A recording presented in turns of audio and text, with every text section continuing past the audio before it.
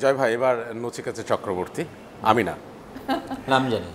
আচ্ছা, তিনি বলছেন যে প্রতিবাদ প্রতিরোধে নামাই জীবন, লক্ষ্যে পৌঁছে তবে থামাই জীবন, স্বপ্ন বেচাকেনা করাই জীবন, দেয়ালে ঠেকলে পিঠ লড়াই জীবন, প্রতিদিন ঘরে ফিরে অনেক হিসেব করে এ জীবন চাই না তা বলাই জীবন। আমি জানতে চাই আপনার জীবন কি নচিকেতা চক্রবর্তীর মতো নাকি আপনার জীবন ভিন্ন? আপনার জীবনটা আসলে কেমন?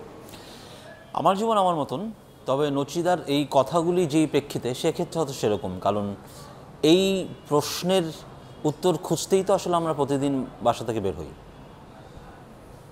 তো সেক্ষেত্রে এই নতুন চ্যালেঞ্জ, নতুন স্বপ্ন, আবার হতাশা, আবার আনন্দ, এই মিলেমিশেই তো জীবন। আর সারারি দেবী শানু, আপনার কাছে জীবন কেমন?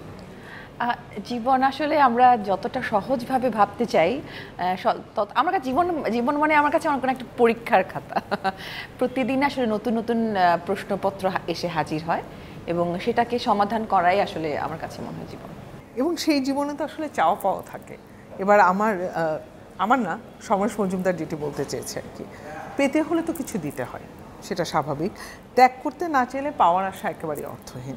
একদম এই সময়ের কথা বলবো, মানুষ তো আসলে কিছু ত্যাগ করতেই চায় না। আমিত্বটা অনেক বেশি কিনা, আপনি এটা উপলব্ধি করেন কিনা যে সব জায়গায় আমি আমি আমি আমি জয় ভাইয়ের কাছে আসবো আগে শানুপুর।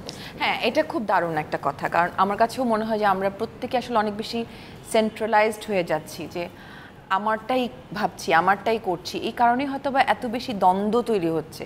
আমিত্বের জায়গাটা দাঁড়িয়ে যাওয়ার কারণে আরেকটা আমিত্বের সাথে সংঘর্ষ হচ্ছে। তো সেই জায়গাটায় ত্যাগের ভাবনাটা যত বেশি আসলে প্রসারিত হবে, ভালোবাসা তত বেশি সুন্দর হবে।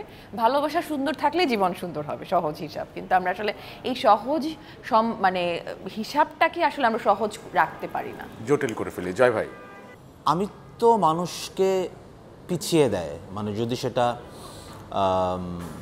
নেগেটিভ হয়, মানে নিজেকে বড় ভাবা হয়।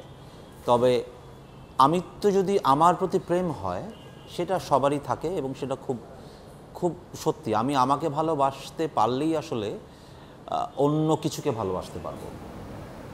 আগে নিজেকে নিঃস্বার্থ হতে হলেও আগে ওই স্বার্থটা বুঝতে পারতে হয়।